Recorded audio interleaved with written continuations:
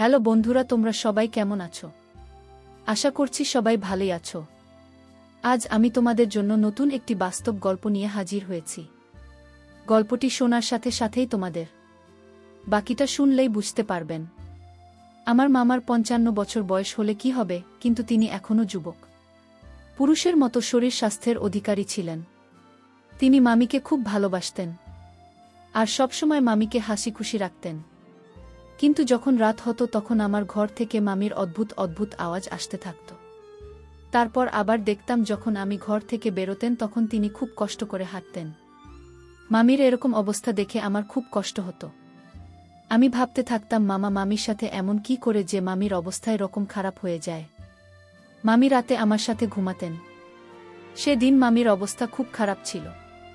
তাই মামি আমাকে ডেকে বললেন, বৌমা তুমি তোমার মামাকে এক গ্লাস জল দিয়ে এসো। কিছু সময় পরে যখন আমি ঘুমিয়ে গেলেন তখন আমি মামির শাড়ি পরে ঘোমটা টেনে মাকে জল দিতে চলে গেলাম।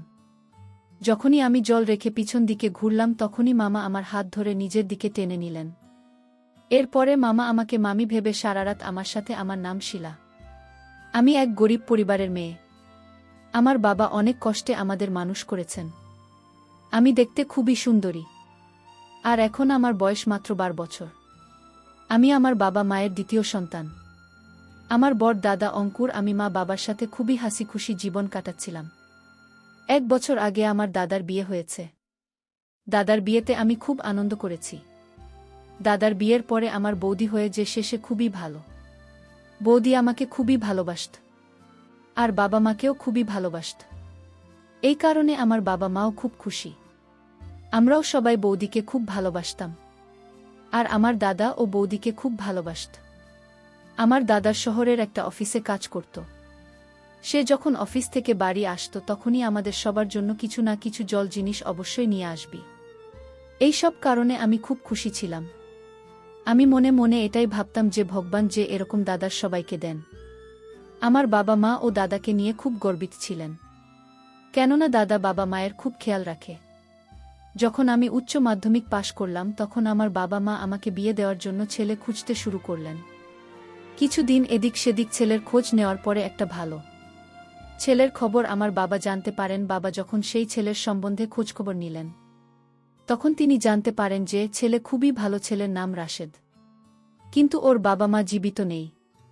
ওর মামা মামি ওকে নিজের ছেলের মতো করে মানুষ করেছেন। চাইলে খুবই ভদ্র আর ওর কোনো বদভ্যাস নেই। আমি যখন আমার বিয়ের কথা শুনলাম তখন আমার মনে বিভিন্ন রকমের স্বপ্ন আসতে লাগল। বিয়ের পরে কি হবে, আমি সেই সব স্বপ্ন দেখতে লাগলাম। আমার বয়স ১২ বছর হলেও আমি স্বপ্ন দেখতে লাগলাম। বাবা ভাবলেন পরিবার যখন ভালো তখন দেরি করা উচিত না।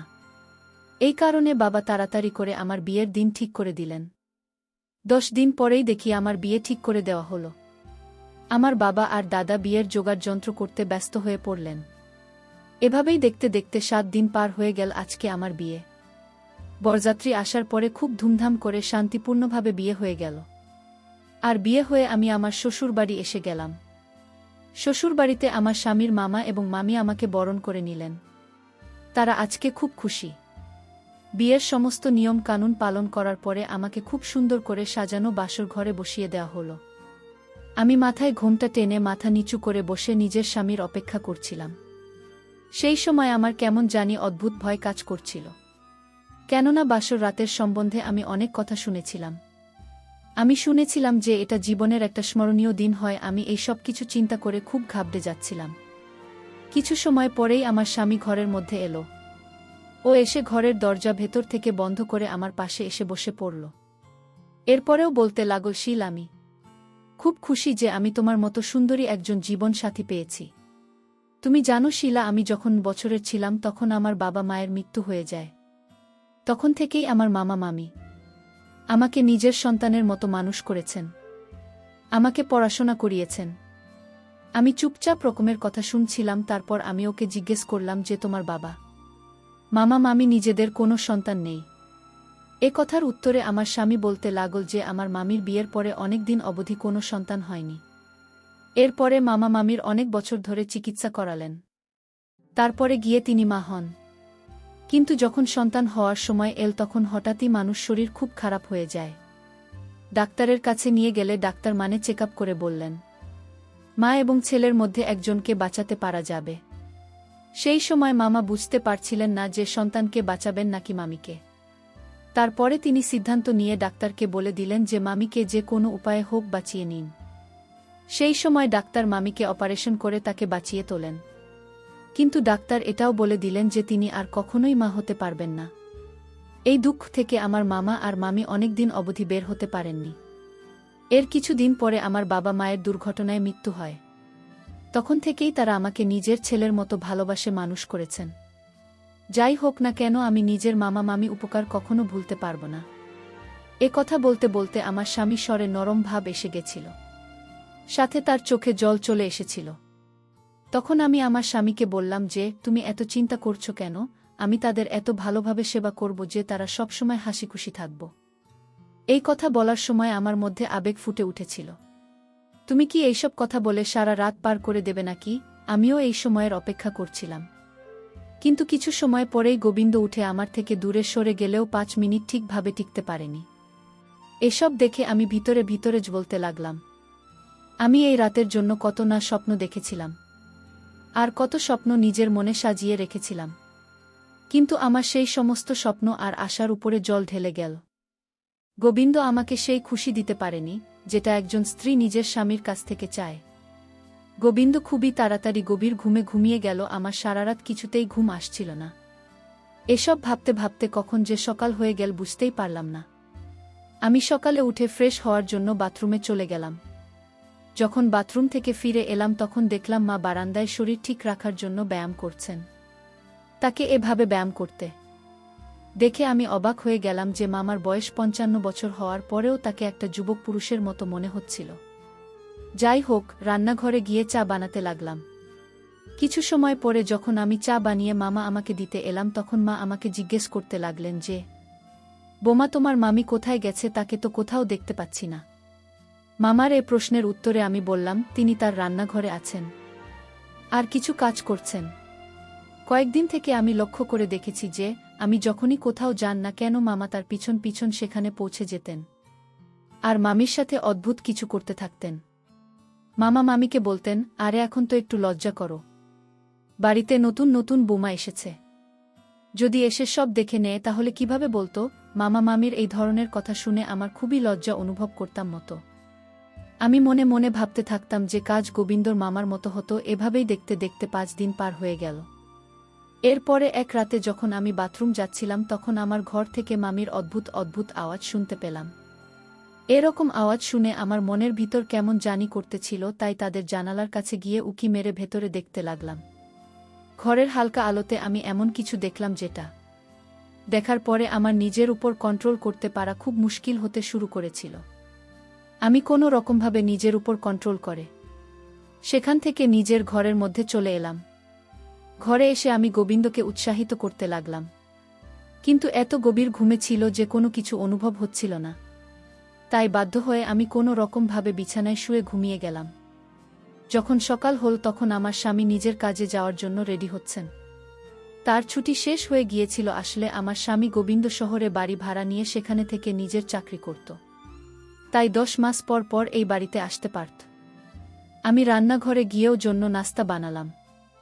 তারপরে ওকে নাস্তা খেতে দিলাম। ও নাস্তা খাওয়ার পরে মুখ ধুয়ে শহরের উদ্দেশ্যে বেরিয়ে পড়ল আর আমি নিজে উদাস চেহারা নিয়ে নিজের ঘরে চলে এলাম। কিন্তু সারাদিন আমার মাথার মধ্যে রাতের সেই দৃশ্য ভাসতে লাগল। এখন আমি মনে মনে এটা ভাবতে লাগলাম যে আমি কত সৌভাগ্যবতী যাকে মামা এখনও এতটা ভালোবাসেন। আর অন্যদিকে আমার স্বামী আমাকে কিছুই দিতে পারেনি। এখন তো দিন এভাবেই কাটতে মামিমা আমাকে বলতো, তোমার বয়স হয়েছে কিন্তু তুমি এখনও আমার কাছে যুবকের মতো।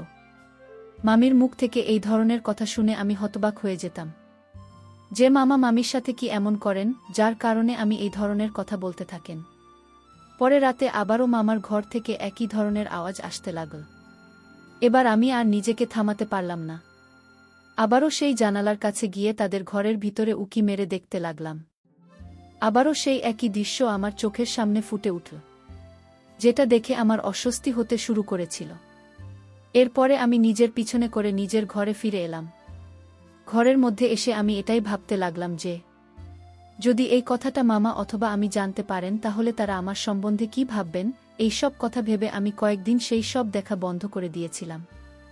একদিন রাতে মামির শরীর খারাপ ছিল, কিন্তু তিনি নিজের মাথায় হাত দিয়ে বারবার এটাই বলে যাচ্ছিলেন যে আমার শরীর খারাপ, কিন্তু তার এসব নিয়ে কোনো মাথা ব্যথাই নেই।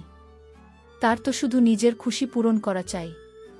এরপরে মামি আমাকে বললেন, বোমা আজকে আমার শরীরটা একদম ঠিক নেই, তাই আমি ওই ঘরে কোনো মতে যাব না। তোমার মামার যেহেতু রাতের বেলা জল খাওয়ার অভ্যাস আছে, তাই আজকে তুমি তাকে জল দিয়ে এসো। মামির মুখ থেকে এই কথা শুনে রাতের সেই দৃশ্য আমার চোখের সামনে ভাসতে লাগল। এরপরে মামা আমি অন্য ঘরে গিয়ে ঘুমিয়ে পড়লেন, আর আমি জলের গ্লাস নিয়ে মামার ঘরে দিতে গেলাম।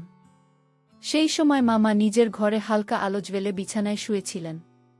যখন আমি জলের গ্লাস নিয়ে দরজার কাছে পৌঁছালাম তখন আমার মনে অনেক রকম চিন্তা আসতে লাগল। তাই আমি নিজের শাড়ির আঁচল মাথার উপর দিয়ে বড় করে ঘোমটা টেনে নিলাম, কেননা আমিও সবসময় এরকম ঘোমটা টেনে রাখতেন।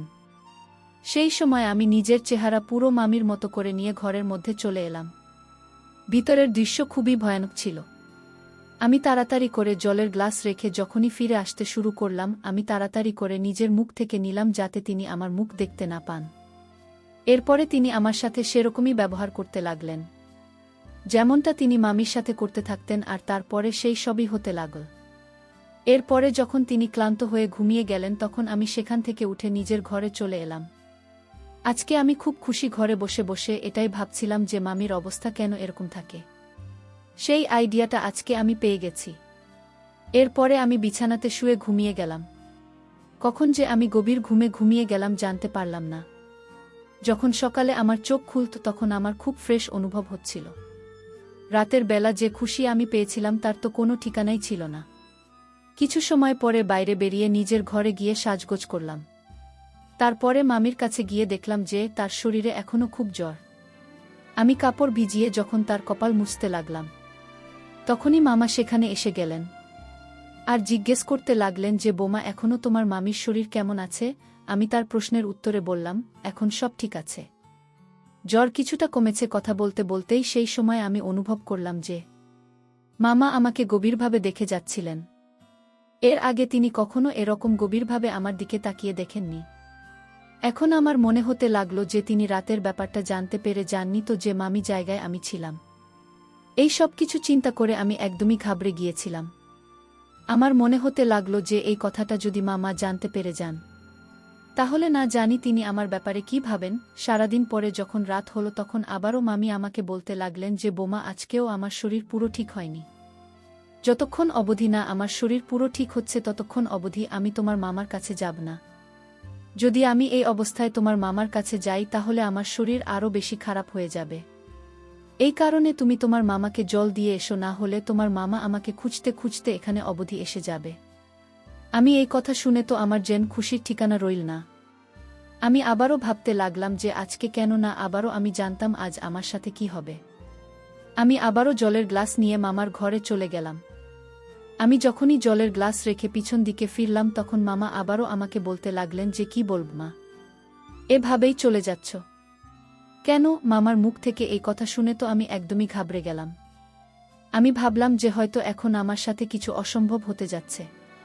কিন্তু মামা বলতে লাগলেন, আমি জানি যে কালকে রাতে তোমার মামির জায়গায় তুমি ছিলে। তখন আমি মাকে বললাম যে যদি আপনি জানতেন যে আমি ছিলাম তাহলে আমাকে কিছু বলেননি কেন? এ কথার উত্তরে মামা বলতে লাগলেন যে বোমা, আমি জানি যে তুমি গোবিন্দের সাথে খুশি নন। যদিও তুমি আমাকে এই কথা বলেনি, কিন্তু তোমার কষ্টকে আমি খুব ভালোভাবে অনুভব করতে পারি। দেখো বৌমা, তুমি এসব নিয়ে একদম চিন্তা করো না। আমি এমন ব্যবস্থা করে নিয়েছি যে কিছু হবে না। আমার মুখ থেকে এরকম কথা শুনে আমি চিন্তামুক্ত হয়ে গেলাম। কিন্তু এই সময় আমি এই সব চিন্তাকে এক সাইডে করে রাখলাম আর মামার সাথে নিজের কষ্ট শেয়ার করতে লাগলাম। সেই রাতেও মামা যখন ঘুমিয়েছিলেন তখন আমি নিজের ঘরের মধ্যে শুয়ে পড়লাম। এখন তো এটা প্রতিদিনই হতে লাগল। আমিও খুব খুশি থাকতে লাগলাম। প্রিয় বন্ধুরা, গল্পটি ভালো লাগলে অবশ্যই কমেন্ট করে জানাবেন। আর নিয়মিত এমন আলাদা স্বাদের গল্প শুনতে ভিডিওটিতে লাইক এবং চ্যানেলটিকে সাবস্ক্রাইব করে সাথেই থাকুন। আর হ্যাঁ, নোটিফিকেশন বেলটি অল করে রাখবেন যাতে পরবর্তী গল্প সবার প্রথমে আপনাদের কাছে পৌঁছে যায়। ধন্যবাদ বন্ধুরা, ধন্যবাদ সবাইকে।